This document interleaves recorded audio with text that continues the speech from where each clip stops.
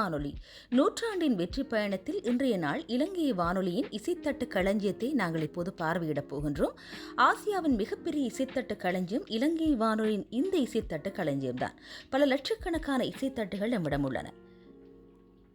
இந்த இசைத்தட்டுகளில் standard record 78 RPM வேகமுடையது.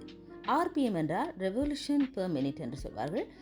Standard ரெக்கார்டிற்கு தனியான ஒரு நீடில் பயன்படுத்தப்பட்டது, அதாவது தனியான ஒரு ஊசி பயன்படுத்தப்பட்டது. அந்த உபகரணத்தை நாங்கள் அப்படி தான் அழைப்போம். அடுத்தது LP லாங் பிளே ரெக்கார்ட் என்று சொல்வார்கள். இதன் வேகம் 33 1/3 அதன் வேகம். சிறிய ரெக்கார்ட் 45 RPM வேகம். இதற்கு தனியான நீடில் பயன்படுத்தப்படும். அதாவது ஸ்டாண்டர்ட் ரெக்கார்ட்ஸுக்கு பயன்படுத்தப்படும் நீடில் வேறு, LP ரெக்கார்ட்ஸுக்கு பயன்படுத்தப்படும் நீடில் வேறு. நான் இலங்கை வானொலியின் அறிவிப்பாளராக இணைந்த தருணத்தில், அதாவது 2007ஆம் ஆண்டும் இசைத்தட்டு பயன்பாட்டில் இருந்தது. அதற்கு பின்னரான காலத்தில்தான் இசை களஞ்சியம் கணனிமயப்படுத்தப்பட்டது. ஆனால் இசைத்தட்டு களஞ்சிய சாலை பற்றி நாங்கள் பேசும்போது நமது மூத்த அறிவிப்பாளர்கள் அடிக்கடி நினைவு கூறும் ஒரு பெயர் விக்டோரியா ஜேசுசகாயம் அவர்களின் பெயர்தான். இவர் இசைத்தட்டு களஞ்சிய சாலையில் கடமையாற்றியவர். தமிழ் வர்த்தக சேவை ஒலிபரப்பாளர்கள் மட்டுமல்ல, அத்தனை தமிழ் அறிவிப்பாளர்களின் பாடல் விருப்பங்களை, இசை தெரிவுகளை நன்கு அறிந்தவர். இவரோடு பணியாற்றும் வாய்ப்பு எனக்கு கிடைக்காவிட்டாலும் அவரை பற்றி இலங்கை வானொலியின் மூத்த அறிவிப்பாளர்கள் இன்று வரை சொல்லிக் கொண்டுதான் இருக்கின்றார்கள்.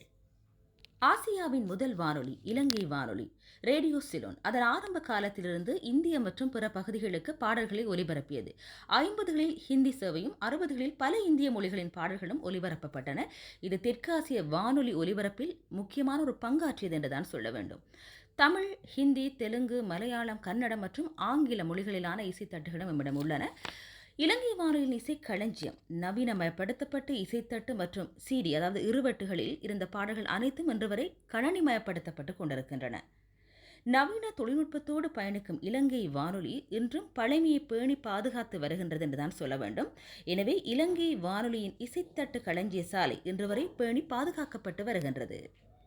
ஆசியாவின் முதல் வானொலி இலங்கை வானொலி நூற்றாண்டின் வெற்றி பயணத்தில் இன்றைய நாள் இலங்கை வானொலியின் இசைத்தட்டு களஞ்சியத்தை நீங்கள் இப்போது பார்வையிட்டிருப்பீர்கள். ஆசியாவின் மிகப்பெரிய இசைத்தட்டு களஞ்சியம் இலங்கை வானொலியின் இந்த இசைத்தட்டு களஞ்சியம்தான்.